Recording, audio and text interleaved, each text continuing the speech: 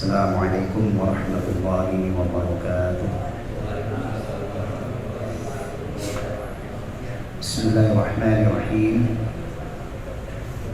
Alhamdulillahi rabbil alamin wal 'aqibatu lil muttaqin.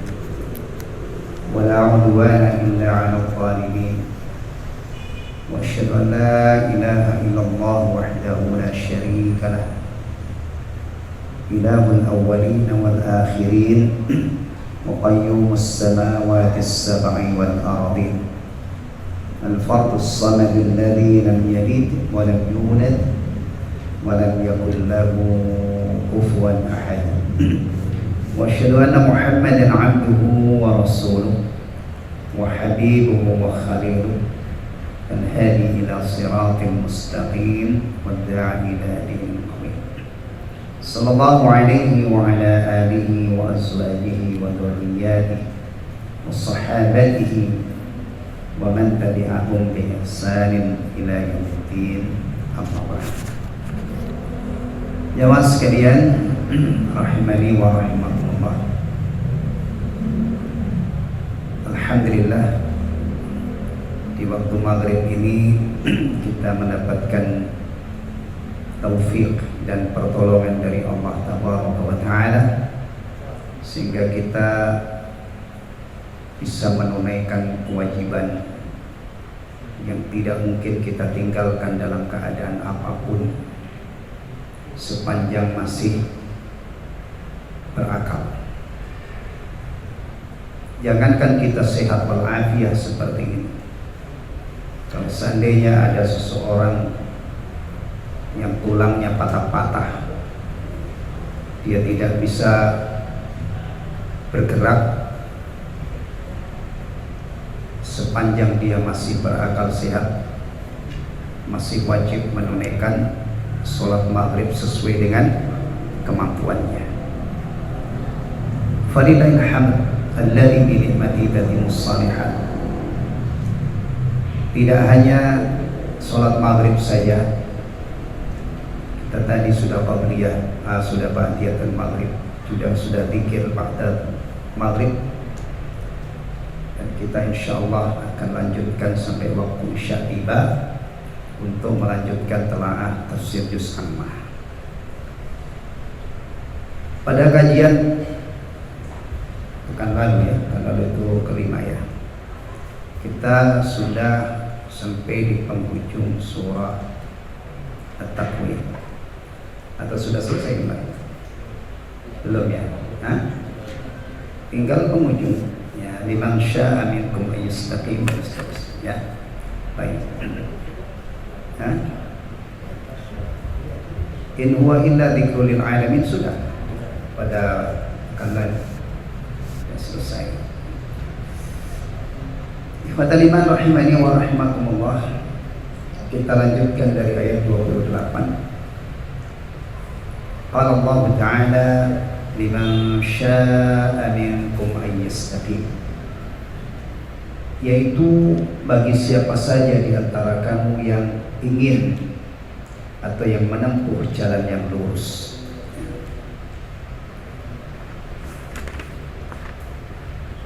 Setelah jelas baginya perbedaan antara yang lurus dan yang melenceng, setelah jelas baginya perbedaan antara petunjuk dan kesesatan, kita mulai dari sini. Qala Syekh Rahman As-Sa'di rahimahullah,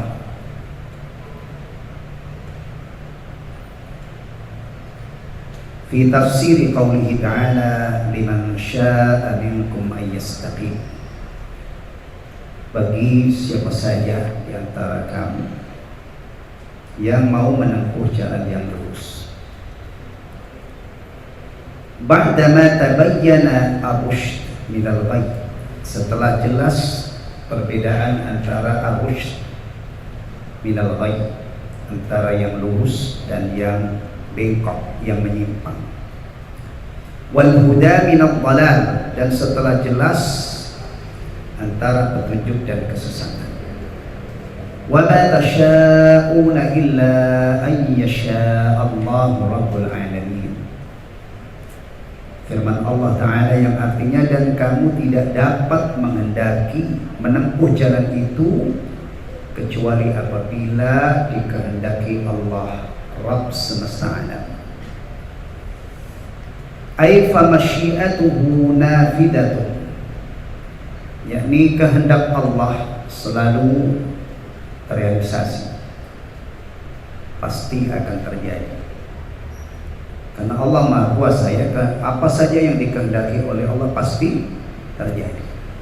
La yumkinu an tu'aradu aw tumana, tidak mungkin untuk ditentang atau dihalangi. Apa saja yang dikehendaki oleh Allah pasti terjadi. Kita punya kehendak, kita punya keinginan, kehendak kita tidak akan terrealisasi kecuali dikehendaki oleh Allah. Nyata ini ya, nyata ya, nyata nggak? Nah, kita banyak punya keinginan, kehendak. Apakah yang kita kehendaki itu semuanya bisa kita gapai, bisa kita raih? Tidak. Berapa banyak keinginan kita ini yang kita inginkan ternyata tidak terrealisasi, tidak terwujud. Berarti ada kehendak yang dominan, yang pasti terjadi, adalah kehendak Allah Subhanahu wa Ta'ala. Nah, baik, kalau seandainya ya manusia ini tidak diintervensi oleh kehendak Allah, pasti yang dia inginkan tercapai. Apa misalnya? Yang kadang-kadang orang tuh sangat menginginkan, tapi ternyata tidak terjadi, tidak bisa terwujud. Orang yang sakit, ya, orang yang sakitnya itu sendiri pengen sembuh. Kalau dia seorang ayah, juga anak-anaknya, ayahnya pengen sembuh. Kalau dia seorang kakek, cucu-cucunya pasti menginginkan kakeknya sembuh. Tapi kadang-kadang orang yang pengen sembuh, yang diinginkan kesembuhannya dari penyakitnya itu, ternyata Allah berkehendak lagi. Bahkan kadang-kadang sudah diupayakan supaya sembuh dengan berbagai macam cara, tapi Allah berkehendak lagi. Itu nyata itu ya.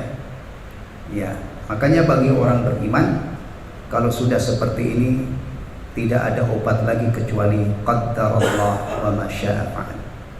Ini sudah ditakdirkan oleh Allah, dan apa yang Allah kehendaki pasti terlaksana. Atau kadang-kadang ada orang yang merencanakan satu acara yang matang, yang sudah dirancang sedemikian rupa, ya, ternyata tidak terjadi, gagal. Ada nggak? Banyak kan?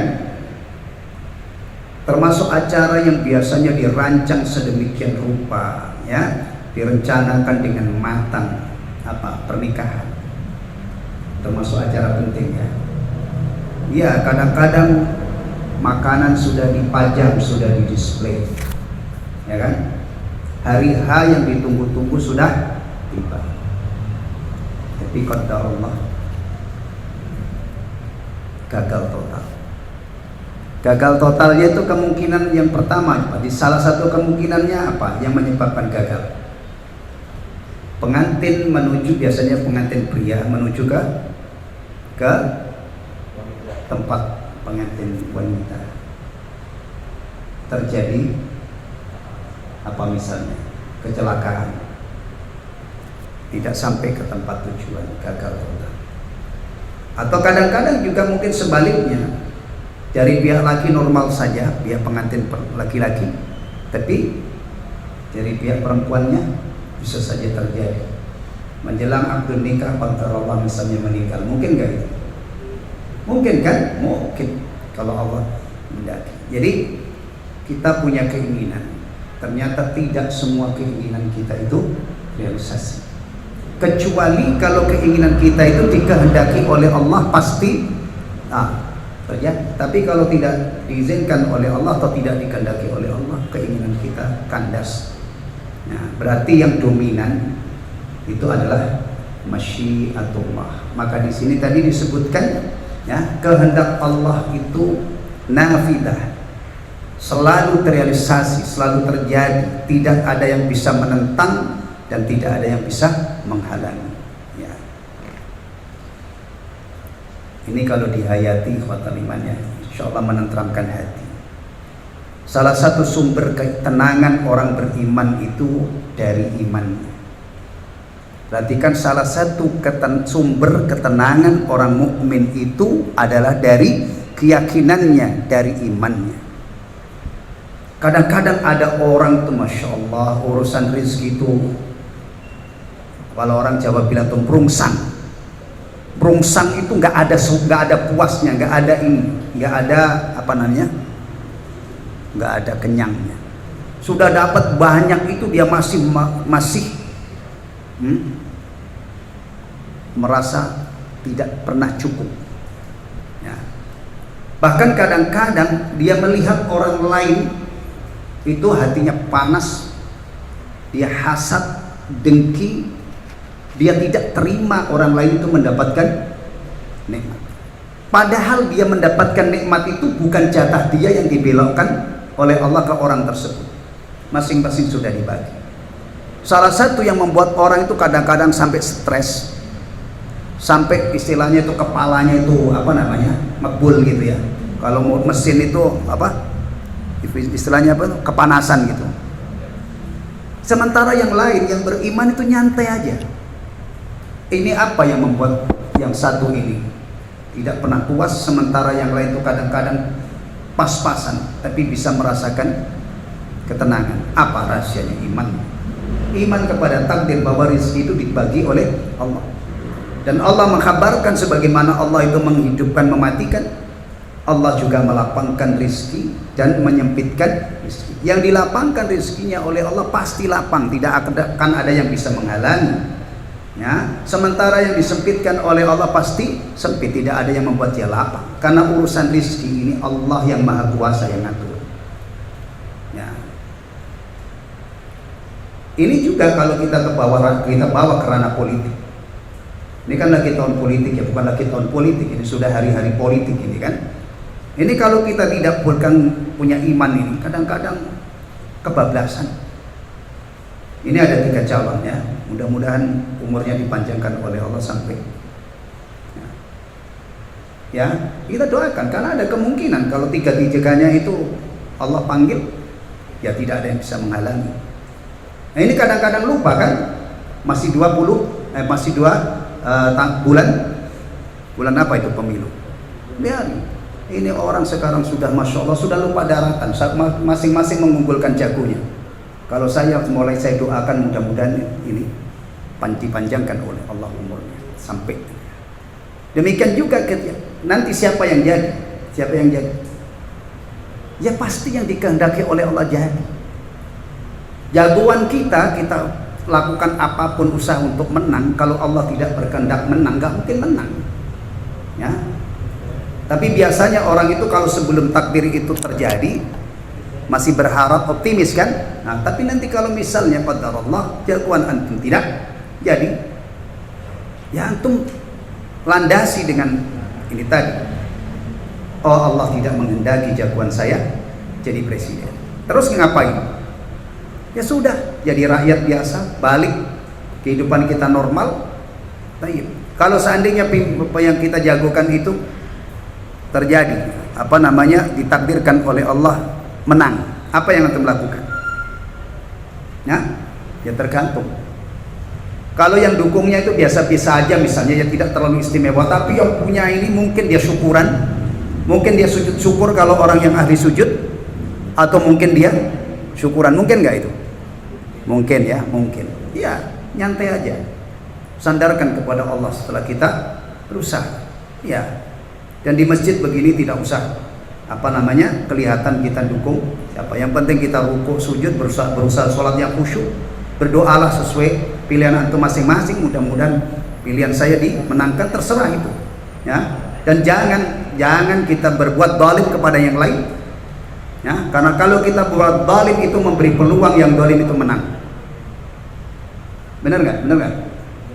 Kenapa? Karena orang yang teraniaya itu dibela oleh Allah. Apalagi kalau dia berdoa, doanya tidak ada penghalang antara dia dan Allah. Jadi kalau kita kepengen jagoan kita itu menang, mainlah yang cantik. Jangan menfitnah, jangan menyebar hoax, jangan menjatuhkan yang lain, jangan jelek-jelekin. Karena kalau itu kita lakukan, bisa saja yang ditolong oleh Allah, yang dimenangkan adalah orang yang teraniaya. Baik, nggak usah lama-lama urusan politiknya ya. Makanya kaitannya ini tadi masalah kehendak Allah itu yang pasti terjadi. Baik, nah ini ada penjelasan yang insya Allah nanti saya tambahkan biar tambah jelas. Syekh Abdul Rahman As-Sa'di rahimahullah mengatakan, wa fi hadhil ayati wa amsalihha, dalam ayat ini dan ayat-ayat yang semisalnya, raddun, ada bantahan, terdapat bantahan ala firqatain, terhadap dua firqah, dua golongan, dua kelompok ya, al-qadariyatin nufat, yang menafikan takdir, wal qadariyatil mujbirah, dan golongan jabriyah yang menetapkan takdir kebablasan ya. Ini dalam kurungnya menafikan sifat, ini tidak benar ini ya. Itu kan terjemahannya, yaitu qadariyah nufat, yang menafikan sifat Allah. Ini salah. Yang benar adalah yang menafikan takdir. Qadariyah itu kelompok yang menafikan takdir, yang meniadakan takdir, bukan sifat Allah. Ini kalau dibawa ke kaitannya dengan ayat ini, maka ini adalah Qadariyah itu yang menafikan takdir. Antum revisi itu terjemahan yang bawa pensil atau bawa bolpen. Menafikan takdir Allah. Dan Jabriyah yang menetapkan takdir berlebihan. Ya. Ini perlu diperjelas. Nah, karena ini kaitannya dengan kelompok yang menyimpang keyakinannya, imannya dalam masalah takdir. Ada dua kelompok, yang satu namanya Qadariyah, menyimpangnya atau kesalahannya, kesesatannya meniadakan takdir. Jabriyah ini dia menetapkan takdir tapi berlebihan, menganggap manusia itu tidak punya keinginan, sudah dipaksa dari sana.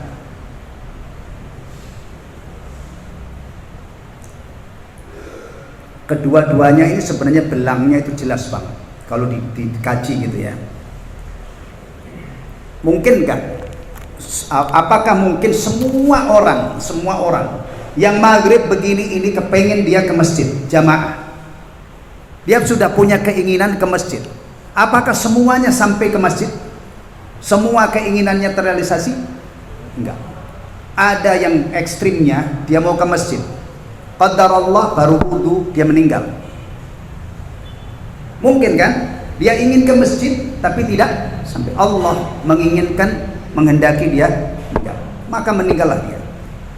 Atau tidak sampai meninggal, dia ke tempat wudu atau ke toilet. Yang ini kita sayangkan, kadang-kadang masjid-masjid itu toiletnya itu nggak safety karena tidak dijaga kebersihannya, licin misalnya, atau orang itu di rumah kurang menjaga kebersihan, bisa jadi menyebab dia telah, atau mungkin ada sabun cair yang tumpah atau apalah, dia kepengen ke masjid toharah,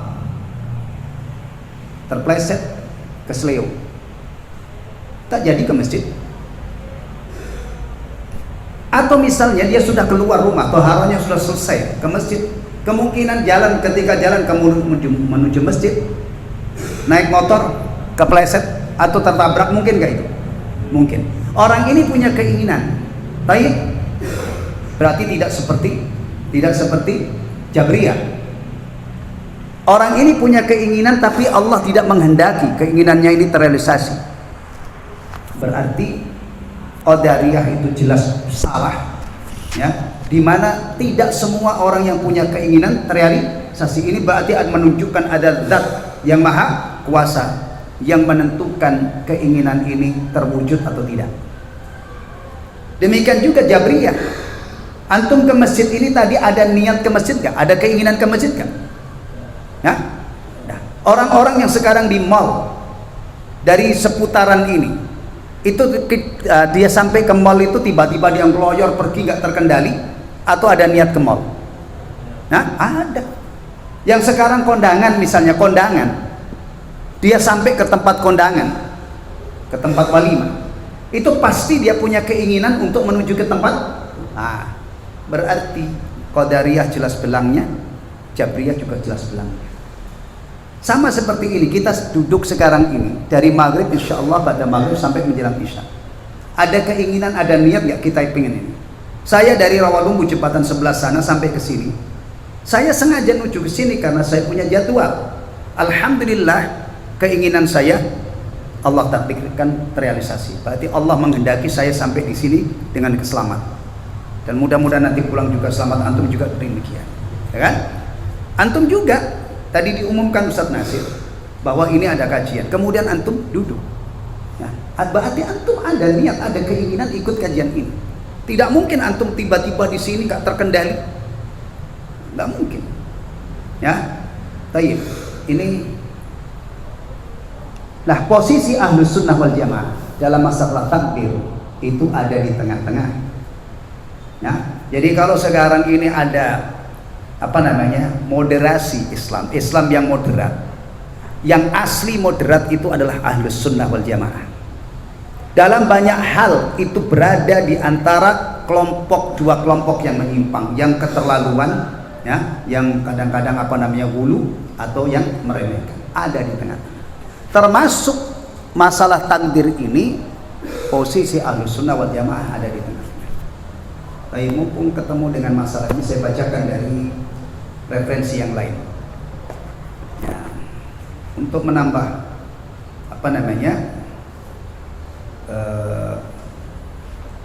menambah ilmu kita, ya. Ini kaitannya dengan usulul iman, dengan pokok-pokok iman, dengan arkanul iman.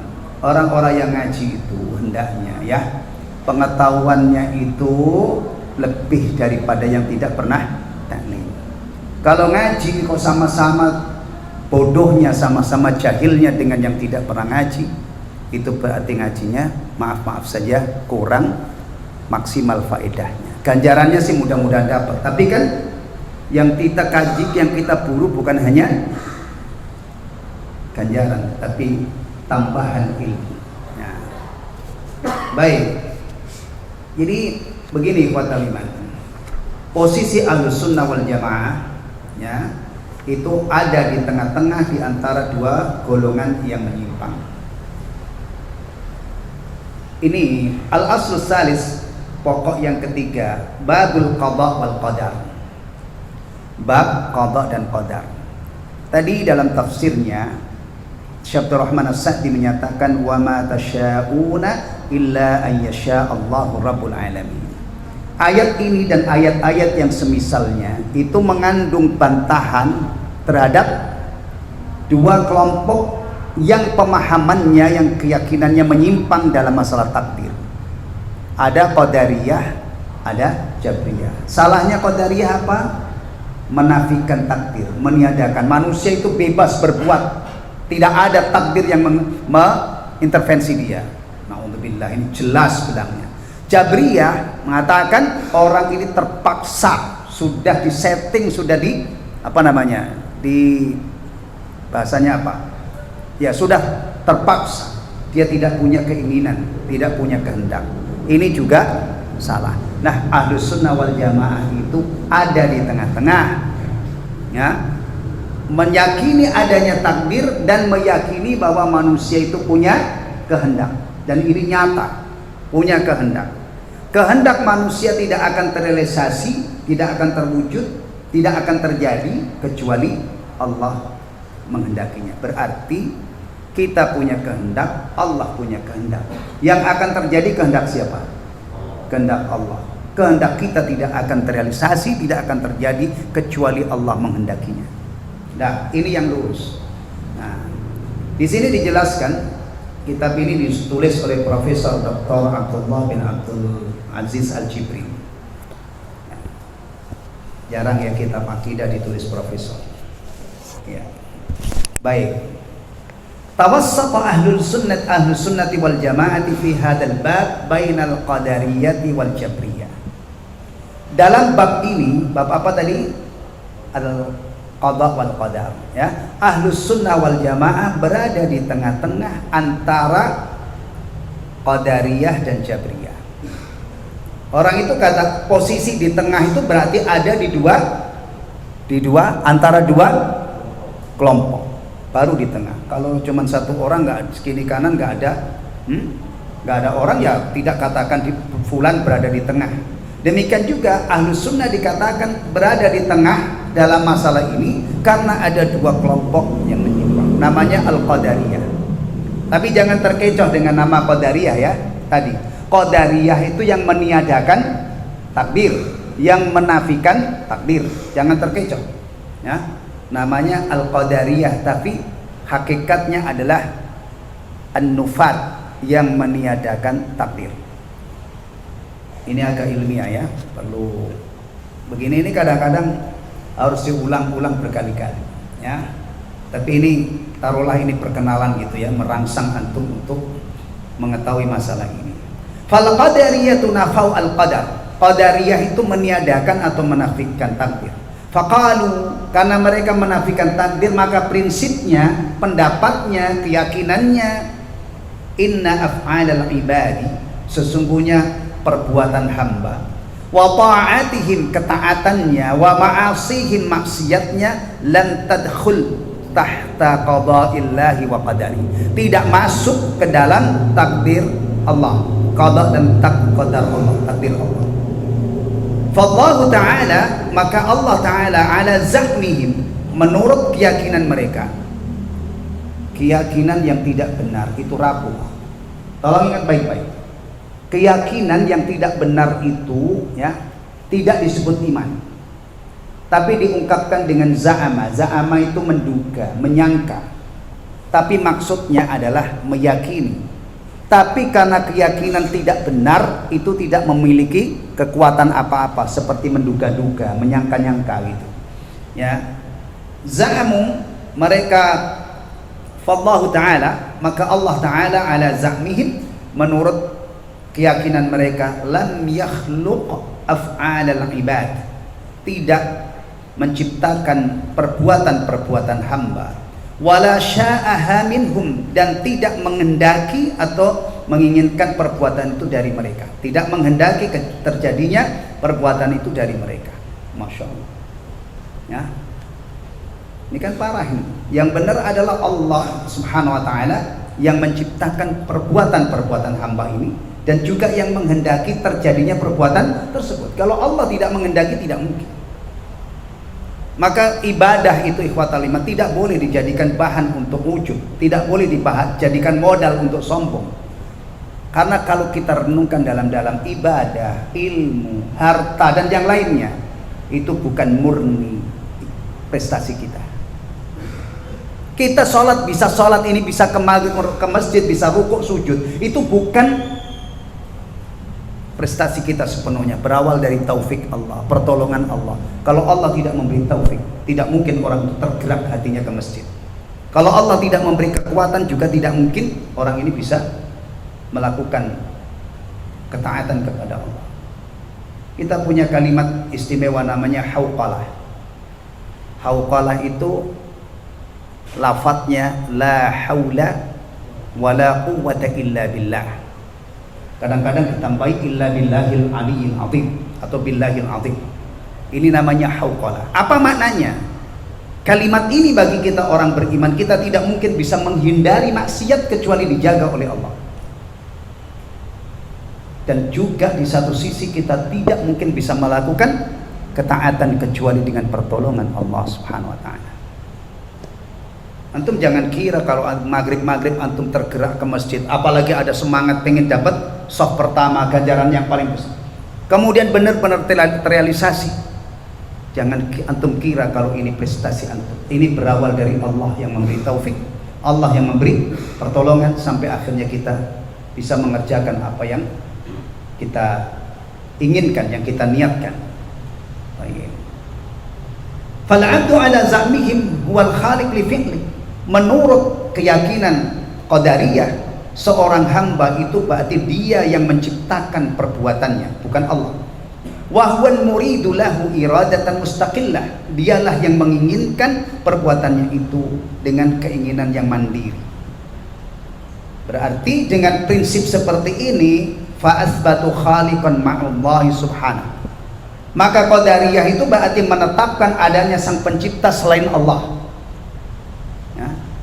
Mestinya yang benar Allah yang menciptakan kita, Allah yang menciptakan perbuatan-perbuatan kita, Allah yang menghendaki terrealisasinya keinginan kita. Itu yang benar. Kalau Qadariyah menafikan takdir, berarti dia berkeyakinan manusia itu mandiri menciptakan amalnya, kemudian mandiri merealisasikan kehendak-kehendaknya. Ini jelas tidak benar, ya. Taib. Wa hadza isyrakun fi rububiyah, maka ini adalah menyekutukan Allah dalam rububiyah. Fa fihim syabahun minal majus. Maka Qadariyah dalam hal ini ada serupanya dengan orang Majusi. Nah, alladzina qalu bi anna lil qauni khaliqain. Orang Majusi itu punya keyakinan bahwa alam semesta ini ada dua pencipta. Nah, fahum majusu hadhil ummah. Maka dari sisi ini Qadariyah itu dilabeli majusinya umat Islam. Ya, satu sisi dia mengaku beragama Islam, tapi keyakinannya dalam qadar, dalam takdir itu kalau di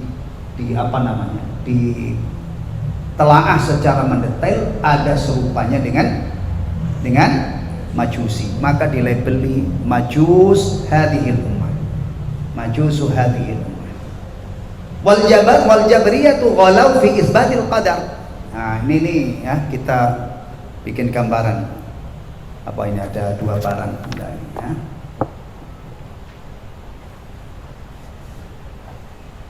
Nih. Taruhlah ini tadi misalnya ini Qadariyah. Ya, di sebelah kanan, ekstrim kanan lah, ya.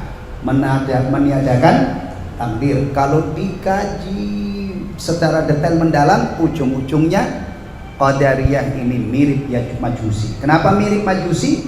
Karena dia mengingkari adanya takdir. Berarti manusia itu yang menciptakan perbuatannya secara mandiri, tidak ada kaitannya dengan kehendak Allah. Berarti dia menyekutukan Allah dalam masalah ini. Yang sebenar yang menciptakan manusia, yang menciptakan perbuatan-perbuatannya itu adalah Allah Subhanahu wa taala. Nah, ini di sisi kiri ini ada namanya Jabriyah. Ghalau fi itsbatil qadar, mereka berlebihan dalam menetapkan takdir. Faqalu, mereka mengatakan innal abda majburun ala fi'lihi, bahwa seorang hamba itu dia terpaksa, tidak bisa mengelak untuk melakukan amal perbuatannya, terpaksa, kayak sudah disetting. Padahal tadi saya katakan, antum sampai di masjid ini tadi ada keinginan apa enggak ke masjid? Antum terpaksa? Tidak, kita melakukan dengan sukarela. Ya. Berarti ada keinginan. Ternyata Jabriyah itu di sini.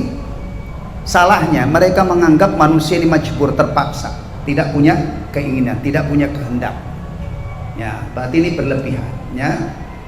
Fahuwa karisha fil hawa, seperti bulu di angkasa. Dia tidak punya modal apa, diombang-ambing kian kemari. Itu berarti kalau prinsipnya Jabriyah ini kita benarkan, berarti manusia ini seperti bulu di angkasa, tergantung apa namanya, nggak punya pendirian, mondar mandir, nggak ada keinginan. Diempas angin ke sana dia ke sana, diempas angin ke sini dia ke sini. La fi'la lahu wa la qudrata wa la masyiah, tidak ada kemampuan untuk melakukan sesuatu, tidak ada kekuatan apa namanya ya, dan tidak ada kehendak. Bayangkan, jelas kan, ini jelas. Kita tidak mungkin menerima prinsip ini. Ya. Antum nanti kalau pulang mau ngapain? Ada keinginan nggak di sini? Antum kalau selesai nanti sholat isya, selesai sholat isya, antum ngapain pulang? Nah, pasti punya banyak keinginan. Di antaranya apa? Makan, minum. Ya. Minum aja antum punya keinginan tertentu. Dingin-dingin ini biasanya minum apa yang enak? Nah, nanti kalau antum punya keinginan minum kopi, kan antum imma beli ke warung satu saset, ada yang 1000 dapat ya. Atau antum memang sudah nyetok kopi, nanti kalau antum minum kopi pasti ada keinginan ingin minum kopi, kemudian kopi itu kan pakai air panas, kemudian antum seduh, gulanya tergantung. Mau pakai gula enggak terserah antum. Tapi ada keinginan itu. Ada ingin makan juga ya. Bahkan bukan hanya sekedar makan, antum ingin makan apa misalnya? Nasi goreng, pasti antum nanti bergerak ke sana. Ada keinginan. Ini bukti bahwa prinsipnya Jabriyah itu tidak mungkin benar. Kita manusia ini punya keinginan. Ya. Kemudian fahadallahu ahlas sunnati wal jamaah. Allah memberi hidayah kepada ahlus sunnah wal jamaah lil qaulil haq, terhadap perkataan yang benar, terhadap prinsip yang benar dalam masalah ini. Wal wasat fi hadzal bab, dan berada di tengah-tengah dalam bab ini. Tidak seperti Qadariyah yang menafikan takdir, tidak seperti Jabriyah yang menetapkan takdir berlebihan sampai keinginan atau kehendak manusia itu ditiadakan. Berarti menurut Qadariyah antum sholat itu bukan amal. Ya, karena antum tidak punya kehendak. Nah, lalu gimana kalau kita misalnya saudara kita meninggal? Nah, doa kita apa yang paling dekat? Semoga amal ibadahnya diterima. Itulah ahlus sunnah. Orang ini punya amal ibadah, punya sholat, zakat, puasa, haji, bahkan kadang-kadang kalau orang itu takwa banget amalnya banyak, dia bisa beramal itu karena Allah subhanahu wa ta'ala menghendaki. Seandainya orang ini tidak dikehendaki oleh Allah, tidak mungkin punya amal, bahkan tidak mungkin dia rukuk sujud sekalipun ya. Berarti menurut ahlus sunnah, pelaku amal itu, kita melakukan amal itu kita dianggap pelaku, ditetapkan sebagai pelaku. Kalau baik berarti dapat ganjaran, kalau kita maksiat berarti kita dapat ancaman dosa. Fa asbatu annal ibadah fa'iluna haqiqatan. Ahlus sunnah itu menetapkan bahwa hamba ini benar-benar pelaku. Seperti ini tadi, saya sholat maghrib, antum sholat maghrib, berarti kita ini tadi yang melakukan amal ini secara hakiki. Kita punya keinginan, alhamdulillah keinginan kita terrealisasi karena Allah menghendaki. Makanya ikhwatul iman ini kita kalau memahami bab ini ya, untuk urusan ini kita bergantung kepada Allah Subhanahu wa taala, ya kan? Allahumma inna nas'alukal huda wat tuqa wal afafa wal ghina. Kita mohon kepada Allah. Karena Allah itu yang pokok, yang dominan ya. Kalau Allah memberi petunjuk, ada nggak orang yang bisa menyesatkan?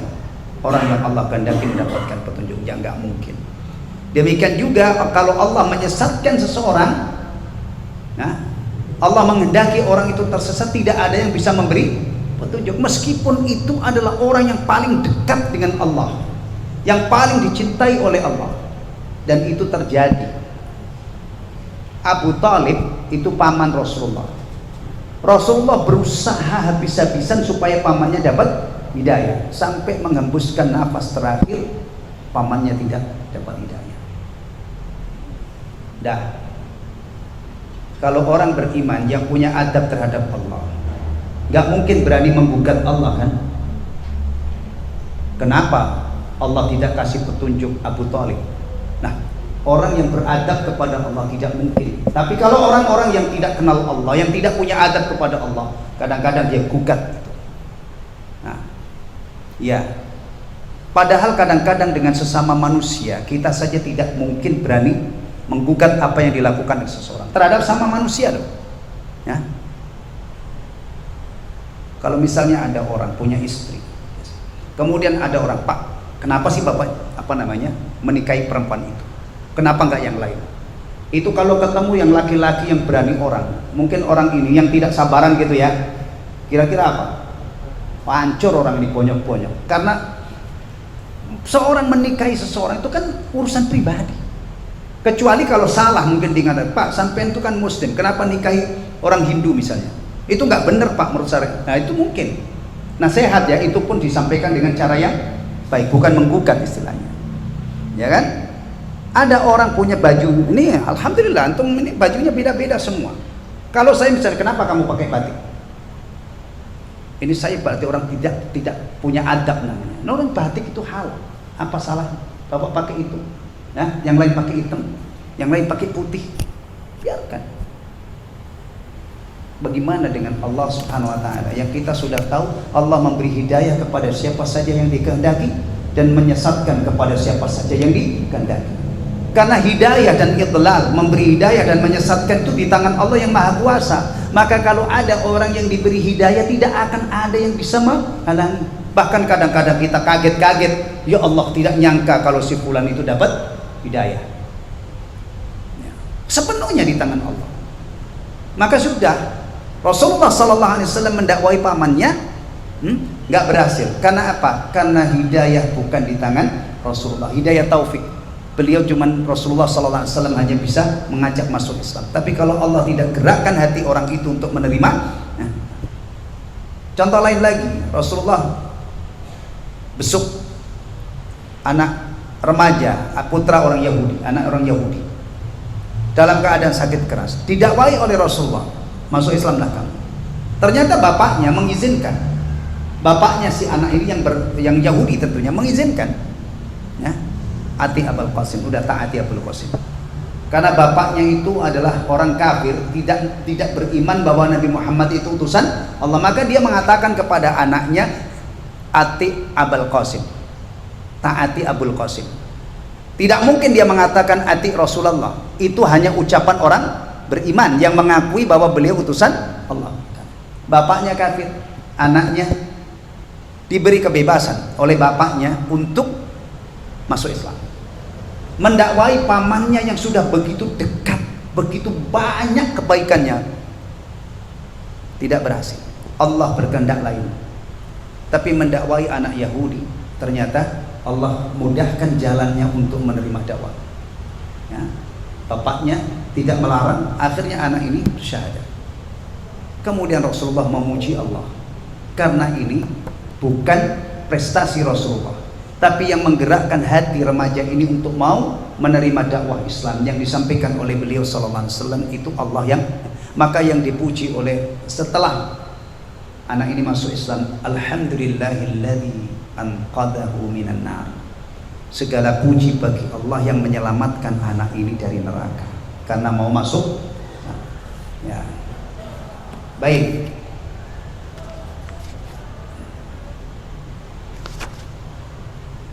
Wa anna af'alahum tunsabu ilaihim, dan perbuatan-perbuatan mereka, perbuatan hamba-hamba Allah, tunsabu ilaihim, disandarkan kepadanya. Maka tadi kalau kita mendoakan orang yang sudah meninggal, umumnya ya doa ini, padahal ini tidak mesti harus meninggal, tapi biasanya orang Islam itu kalau dengar saudaranya wafat, itu doa yang paling dekat diucapkan oleh kaum muslimin yang mendengar tentang kewafatannya. Apa misalnya? Semoga Allah ampuni dosa-dosanya, semoga Allah terima amal ibadahnya. Nah, jadi amal ibadah yang dikerjakan oleh seorang hamba ini, dia yang melakukan dan disandarkan kepadanya ala jihadil haqiqah, ya, dengan apa namanya, dengan yang sebenarnya, ya, sebenarnya. Berarti kita yang beramal, tapi kita harus ingat kita tidak mungkin beramal kecuali mendapatkan pertolongan dari Allah, kecuali Allah menghendakinya, baru kita bisa merealisasikan apa yang kita inginkan itu. Ya. Taib. Kemudian wa anna fi'lal 'abdi waqi'un bi taqdirillahi wa masyiatihi wa khalqi, dan amal perbuatan seorang hamba itu terjadi berdasarkan takdir Allah, kehendaknya dan ciptaannya.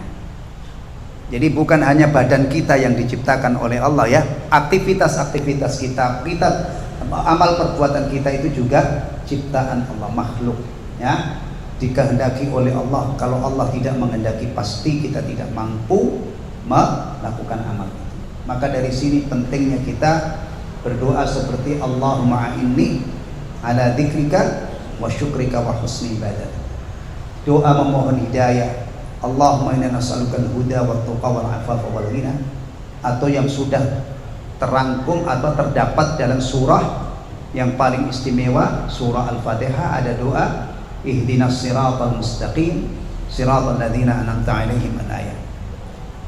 Baik, dengan demikian ikhwatal iman, tafsir surah At-Takwir ya sudah selesai. Berarti pertemuan berikutnya nanti tolong ingetin, kita akan masuk surah yang berikutnya, surah Al-Infitar. Surah At-Takwir, surah Al-Infitar, surah Al-Insyiqaq, ini 3 surah yang direkomendasikan oleh Rasulullah bagi siapa saja yang ingin melihat peristiwa-peristiwa dahsyat yang akan terjadi pada hari kiamat. Silahkan baca surah ini, baca surah-surah ini. 1 sudah selesai, mudah-mudahan nanti sampai 1 juz selesai, dan mudah-mudahan masih ada harapan untuk kita lanjutkan juz-juz yang lain. Kalau 30 juz, 1 juz butuh 5 tahun, berarti dibutuhkan berapa tahun? Ya alhamdulillah, yang jelas malam ini kita masih bisa melanjutkan kajian pada pekan lalu. Wallahu ta'ala a'lam bissawab. Subhanakallahumma wa bihamdika asyhadu an la ilaha illa anta astaghfiruka wa atubu ilaik. Assalamualaikum warahmatullahi wabarakatuh.